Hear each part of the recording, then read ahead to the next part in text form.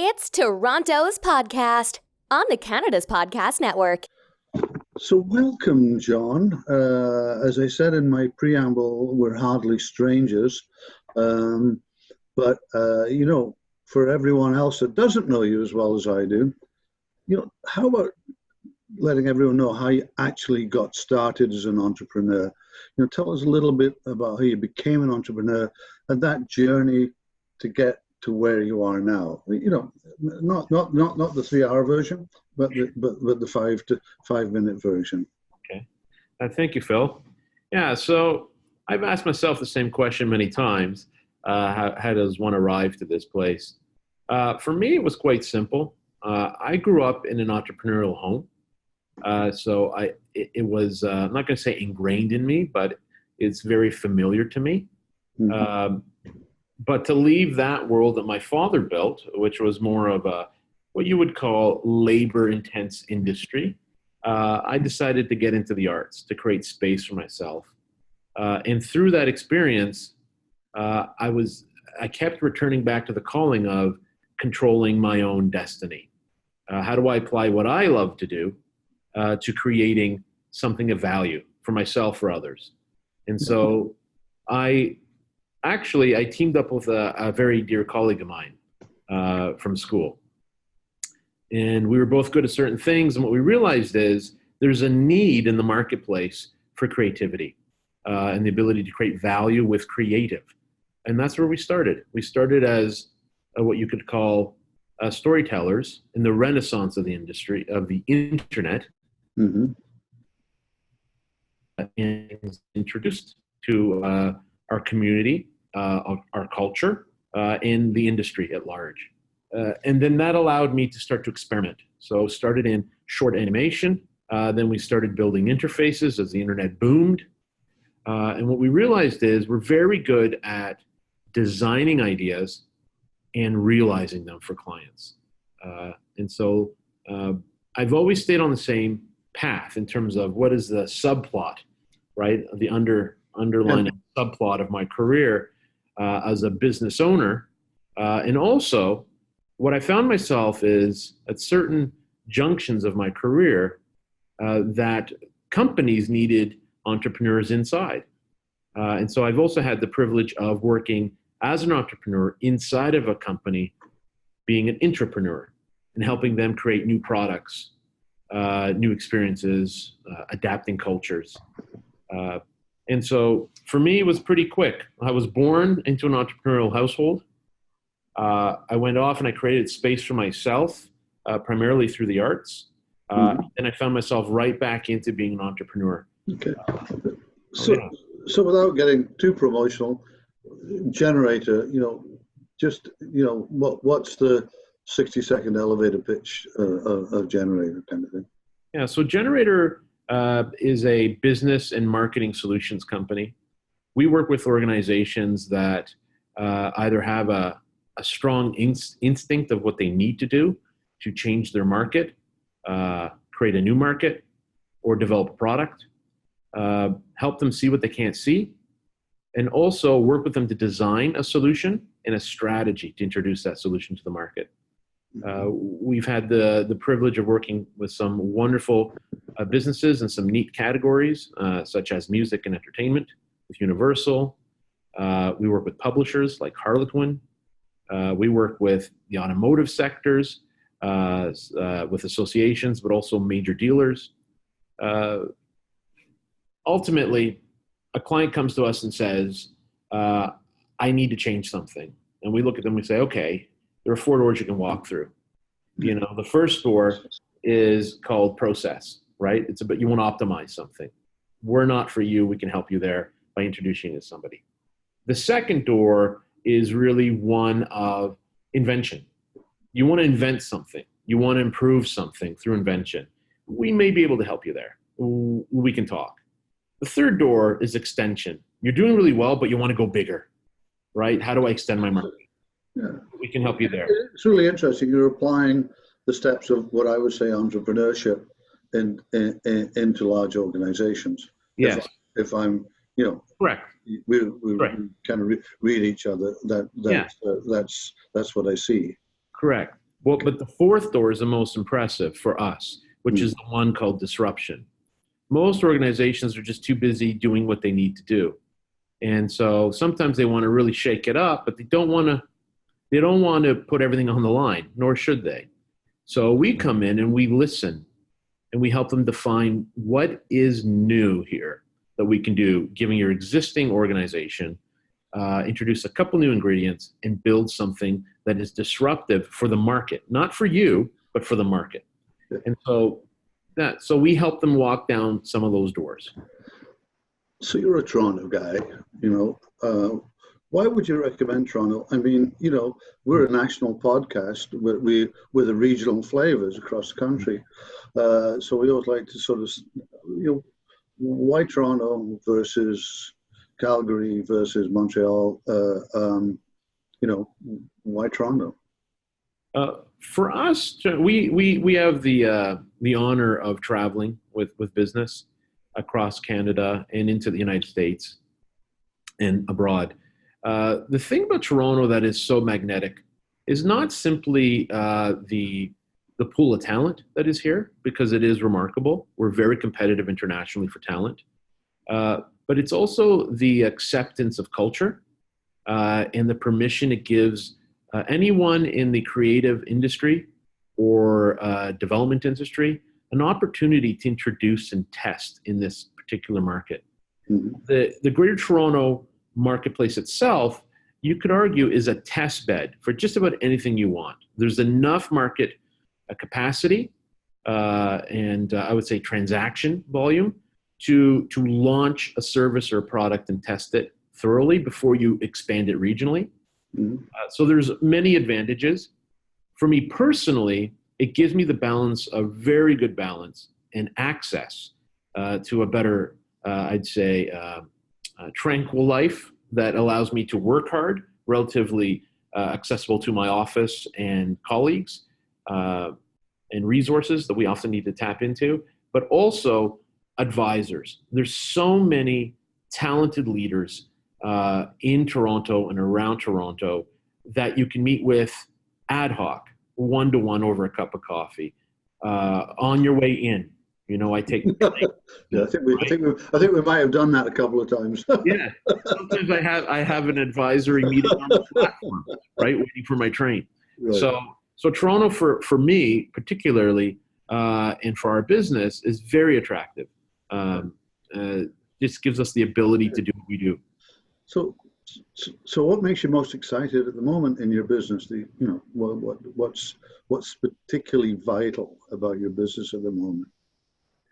Well, if you asked me this a year ago, it would have been different. But today, we've been able to accomplish what we set out to get to this point. Mm-hmm. It's rewarding to see that you can put some major goals in place that are very challenging, and some would say, would have hesitated to put into action. Mm-hmm. And through determination, persistence, clear leadership, not myself alone, right? We have good people working with us, mm-hmm. And collaboration with the right partners. We've been able to accomplish our goals. So learning from where we've arrived, and we're in our 6th year, okay, for this company. And understanding what we can learn from our arrival to this point, the magnitude of the programs that we're sitting inside of, and where they can take us, is the most exciting thing. We are at a point of, as everyone does, and as we suggest everyone should do in business, challenging, right? You get to the biannual meeting and you want to challenge, what have you accomplished and how do you do better? Mm-hmm. And that's the most exciting moment today. And we're looking to onboard another big program. So that's exciting too. But if I was to look at the business itself, as an entrepreneur, there's nothing more stimulating than actually hitting a target and saying to yourself, how did I get here? What have I learned? How do I do better? Yeah. And looking over your shoulder and saying, I didn't lose anybody. They actually wanted to stay. Right, yeah. which is got it. So how do you balance, that kind of entrepreneur kind of insanity that we have with home life? You know, the kids, the wife. You know, you got a great family. How do you kind of balance that? Okay. Well, you know, I don't know that I have the secret for it, but well, what I've done, especially in the last, I'd say, 18 months, has thrown myself into something that is all encompassing with the family. So we picked, you know, my children have a passion. We throw ourselves into the passion with the children. We just, it's hard to turn off the screens. It really is. Yeah. You must make time for the family, because only then do you remind yourself what you do matters, you know, because we're ultimately doing this for ourselves and our families. So for me, I've been able to throw myself into their passion and participate with them. We also use the best that the internet has to offer. So web conferencing, you know, out of a 5-day work week, if we can save 1 day a week and work out of the home, saves us commute time. We're still accessible, so very flexible, and we afford ourselves that privilege. We also educate our clients when the phones go off, so that it's not startling, you know, to them that they can't reach us within 10 minutes. So everyone's educated, and that's a hard place to get. It's not always effective for all clients, but those are some of the measures we've taken. So, you know, on your way, on your journey, if you like, you know, we meet challenges. What would you say? You know, we obviously lots of challenges, but what's probably been the biggest challenge you've faced to date? That's a great question. So, a very dear colleague of mine advised me long ago. I had an emotional day at a company that I was an entrepreneur for. And he pulled me aside and into his office. I was his neighboring office. Right. And he said, I want to inform you of something and how I see the world. He said that there are two types of egos in this world. You know, there are egos that are destructive, and there are egos that are productive. And so you could have an ego and be passionate, but you got to ask yourself, in the moment where your temper is above the meter, when you redline, how do you catch yourself and pull yourself out, right? And get back to being a productive ego where people embrace you. And so what I find as you know, a life lesson, really, it goes beyond business, but businesses attract leaders that support personal development, right? And so for me, managing my ego is critical, and we all practice leave the ego at the door, what have you, but there are these moments where the emotion hits the ceiling, right? And you have to say to yourself, how do I keep that in check? Because ultimately, we're here to solve problems and to be inventive and to be curious, right? And so if we can focus and channel all of our energy into that, you know, and that's the governor for temper, right? Put it in the right place. Make it a productive. Absolutely. That's good, because one of my other things, you kind of answered them both in, you know, was what's the best piece of advice you've ever received, and you just answered both of those, so that's good. So we're going to do some quick answers, some rapid fire things, which I think can be fun. If you weren't doing what you do for work now, what would you be doing instead? That's a very good question, Phil. Well, you know what? I'd probably be doing something more mechanical, like running a motorcycle shop. I would channel myself into, no, to be serious, I'd probably go into more philanthropy, applying what do I do well, what I believe I do well. I'd say, how do I give back in a new way? Yeah, right? I could see John doing that well. I could see that, no, definitely. Yeah, and so what I've learned is through business, we all have exposure and access to helping others, communities, or helping organizations, and volunteering corporately, if you will. Yeah. That is so rewarding. So if I didn't have to worry about, if my business could be one of philanthropic value, I would do that. right? Mm-hmm. So perhaps when my children get to their next stage in life, I could apply, get less and apply more into things that I know will create something for them, right? Okay. Beyond simply currency. What book are you currently reading or listening to? Are there any, not a library, are there any couple of books that you would Sure. recommend people go read? Yeah. Listen? So I love biographies. I just adore biographies. I love learning from people. So my current book I'm reading is from Bill Campbell, $1 Trillion Coach, I believe it's called. Mm-hmm. What's fascinating is it's not just him in the book. He talks about the people that he's mentored. So I look at him as a mentor of mentors. Mm-hmm. So what can you learn from someone who really was a coach in real life and Mm-hmm. found himself in a major transformation of industry Mm-hmm. on a global level? And how did his personal lifeline complement his professional lifeline? And what did people take from him in terms of take away with them from him? And how did they become greater than him? And so that, that's the most appealing thing to me in doing what we do is the people you meet, and the people that you employ and the people that you support and platform.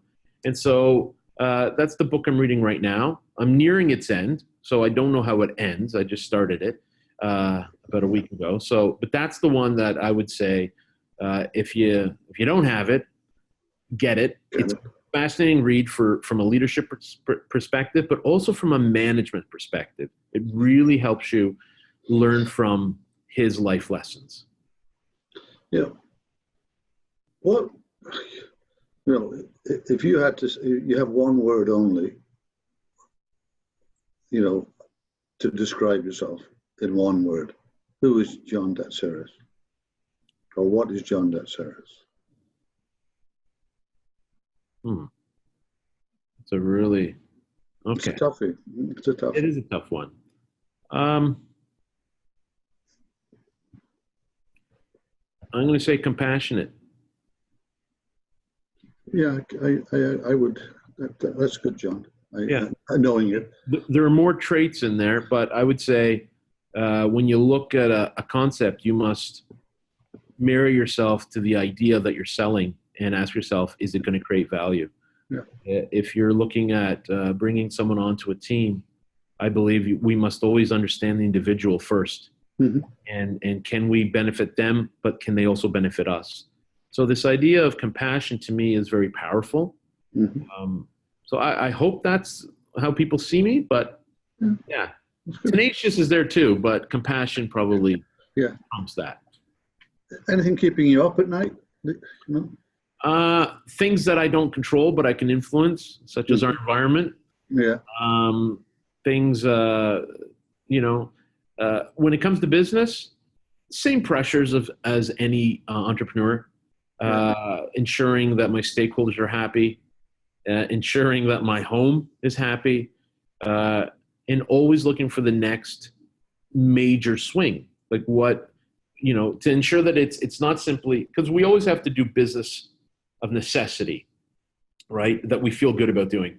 But then what is the next major assignment that is going to identify, the company, for growth? It's going to identify it to the market. It's going to create that magnetic factor. So that keeps me up at night always.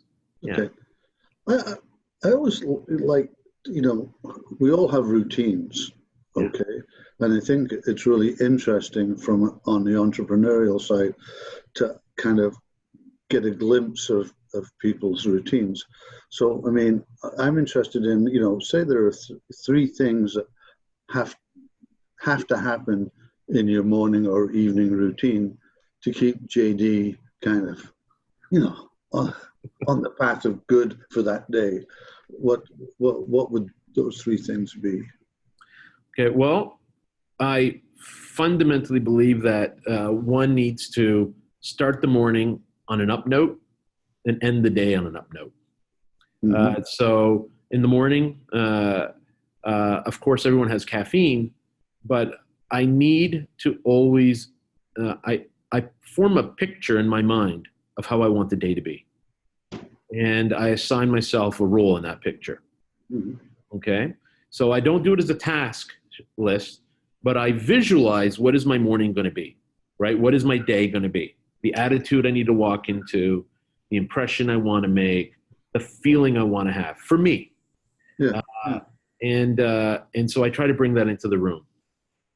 I would say I try to get all of my communications out of the way. I think we have this in common, Phil, as early as possible, so I can clear time to be available and accessible for the things that matter most, which is attention to the business, attention to our partners and our work, our team, and to our clients' problem solving.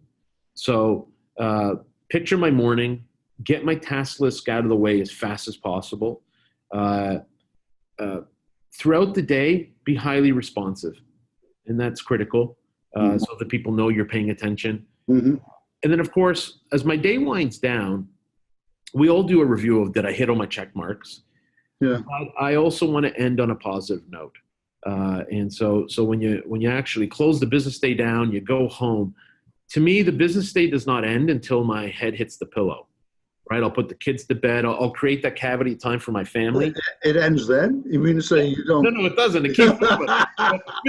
In my current life, my physical life, right? So what I do is, the kids go to bed, and then all of a sudden, even though you're not supposed to, you kind of check your phone. You respond to a couple notes. I want to ensure that the day ends where I can sleep that night to the best of my ability. Yeah. And we all have sleepless nights. Yeah. But if I was to sell this idea that if 7 sleep well, would you take it? I would say yeah. Okay. Right? And if on the 3 out of 10 days, right, there's a bit of a challenge through the night and you're dreaming things that keep you up, that's okay. So that's how I do it. Okay, so I don't know whether you've heard the tropical island question. It's kind of corny, but it's kind of we keep it there because it's fun. So we drop you off at a lovely, very small, very beautiful tropical island. There's no technology there. You can use the phone booth. There's a phone booth. Remember them on the island to call the boat, and we'll come and pick you up. How long would you last before making the call, and what would you do? Well, being a curious mind, I would probably map the island. First thing I would do is survey the full island. Mm-hmm. I would build myself a shelter. I would find out. Fortunately, I love seafood, so I would look for food. I enjoy food. But I guess I would last as long as my curiosity is full. Mm-hmm. I like people, so I might pick up the phone sooner than later. Right. But once I've surveyed the island, built a minimalist shelter, fed myself, the minute I get bored on that island, I would probably pick up the phone. So I could see myself lasting realistically probably 2 weeks by myself. Mm-hmm. Given a different scenario, if the scenario was there was only that island, well, I would last as long as I can, right? Yeah. Okay. So we've been sort of giving you reasonable stimulation.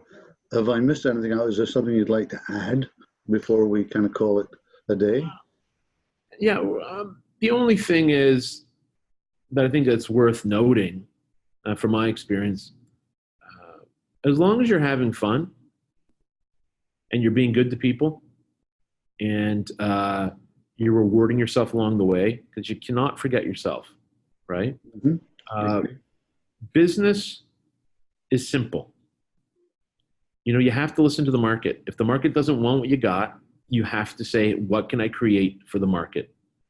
And as an entrepreneur, call it /manager, I do believe it is our obligation and responsibility to invest in others. And it's not always money, right? It's passion, and it's helped them to get forward.